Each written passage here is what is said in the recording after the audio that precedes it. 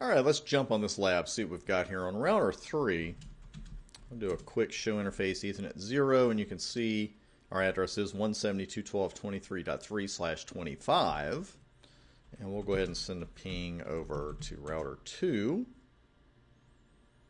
And we'll send another one just to make sure. Losing the first packet's no big deal right after you set a new address. But there, let's run show interface Ethernet on router 2. And you can see 172.12.23.2/24. And there shouldn't be any problem sending a ping back, but it only takes a second. So 23.3, 23.2, we're good to go on the pings.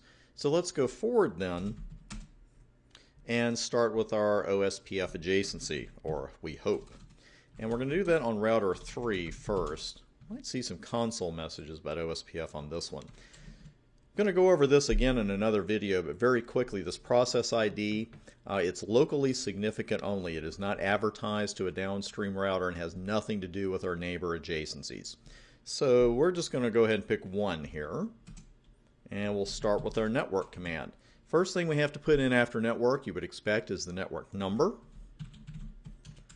And remember, with OSPF, we're using a wildcard mask. There's a video at the beginning of the OSPF section that's a good review, or especially if you haven't seen wildcard bits before, you definitely want to watch it before you watch the rest of the OSPF section, because we're always using wildcard bits in OSPF. So if we're using a wildcard mask here, and we've got a /25 network on router 3, which is what we have, what is the wildcard mask going to look like? Because remember, the wildcard mask is kind of a bizarro subnet mask. We put zeros, So what would that be? You remember. If we put zeros for 25 zeros at the beginning of a binary string, that means we have how many ones left? We have 7, and that would look like what? Looks like 000.127. That's our wildcard mask for that particular network with a /25 on it. Now, we're not done yet, because we have to put the word area in here, and then we've got to put the area ID in. We're going to put these both in area 0, our backbone area. I strongly recommend you stick with the decimal value. There's no real reason to get cute and put it in IP address format. It's good for you to know that that is actually legal. I don't know if you'll see that on the CCENT exam. It's more of an advanced thing, but really most people, I have very rarely seen that used in production networks. I would just stick with the decimal, which in this case is 0. So that's our legal command, 172.12.23.0.000.127, area 0. Let's go over to router 2 and put in the appropriate commands here. Now the network's going to be the same, but what's the mask going to be? We're on a /24 segment here, according to this interface, and that's going to be 000.255, and then area 0, and that's it. So every once in a while, very quickly here, since on Ethernet segments, how often do our hello packets go out? They go out every 10 seconds, so when you're building adjacencies, you usually don't have to sit around and wait very long, and usually you'll see a message on the console that says adjacency has been built with such and such. But to verify your adjacencies and get some other fun information, we can run show IP OSPF neighbor. And this is sad, because whenever you run a show command on a Cisco device, and it just drops to the next line, and doesn't show you anything, that means literally it's the old joke, hey, nothing to see here. There is literally nothing to show you. So we don't have any neighbors, which means that it does look like that mask is causing issues. But since we just did that, we know what the problem is. But what if, in a more typical scenario, you and I come into a network and we're the troubleshooter, and they're saying, well, I'm building this OSPF adjacency, but I don't know what the problem is. And the thing is, you can just go blind just staring at a config and trying to spot the problem. I don't mind looking at configs at first just to see what's going on, but after that, you can't just stare at a config for 15 minutes trying to figure it out. You want to run the right debug. And the right debug for us is all of these. Just kidding. The adjacency. That's the only one that we're going to deal with right now. And it's just ADJ. You don't even spell out the word adjacency. As a matter of fact, if you do, the router is going to tell you, what is this? It is literally just ADJ. So let's put that in, and I bet we get some feedback pretty quickly again, since our hello packets are traveling around every 10 seconds, because right now routers 2 and 3 are sending hellos to each other and just saying, you know, hey, I'm trying to form a neighbor relationship, what's going on? And very quickly we get a little bit of information. And one reason I love this debug, nothing is put in arcane terminology, words that you might not have seen before. There's none of that certain vendor stuff where you just get a huge string of hex characters. You just get plain English. And right there, OSPF mismatched hello parameters. Okay, fantastic. Now, which hello parameters? Because we've only discussed one so far in the course, and that's mask. So, you know, between you and I, we know what the problem is here, but it could be something else. You know, like I said, we just walked in and we just run this command.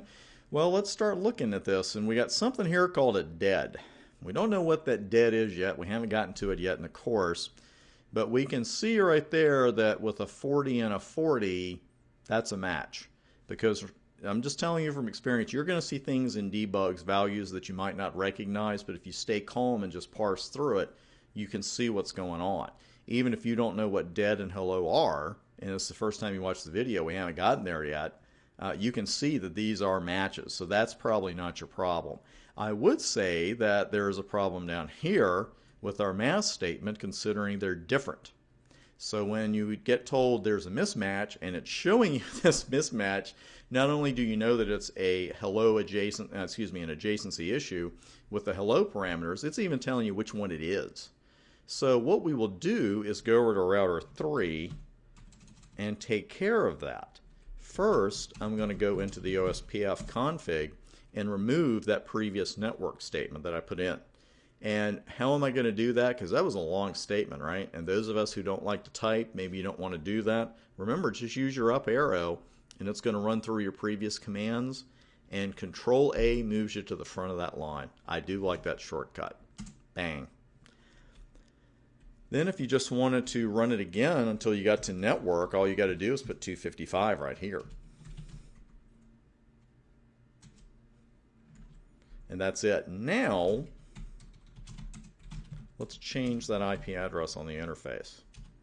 Some people like to close the interface when they do this, or take the old one off first. I don't mind that either, but I'm just going to overwrite it. And now that they've got the same mask, let's see if anything's going on yet. Oh, something's going on. We got that adjacency change, and there's what we expect to see. You could see immediately I couldn't even get show IP OSPF neighbor all the way out because we got the message there, process 1 neighbor 2222 on Ethernet 0 from loading to full, loading done.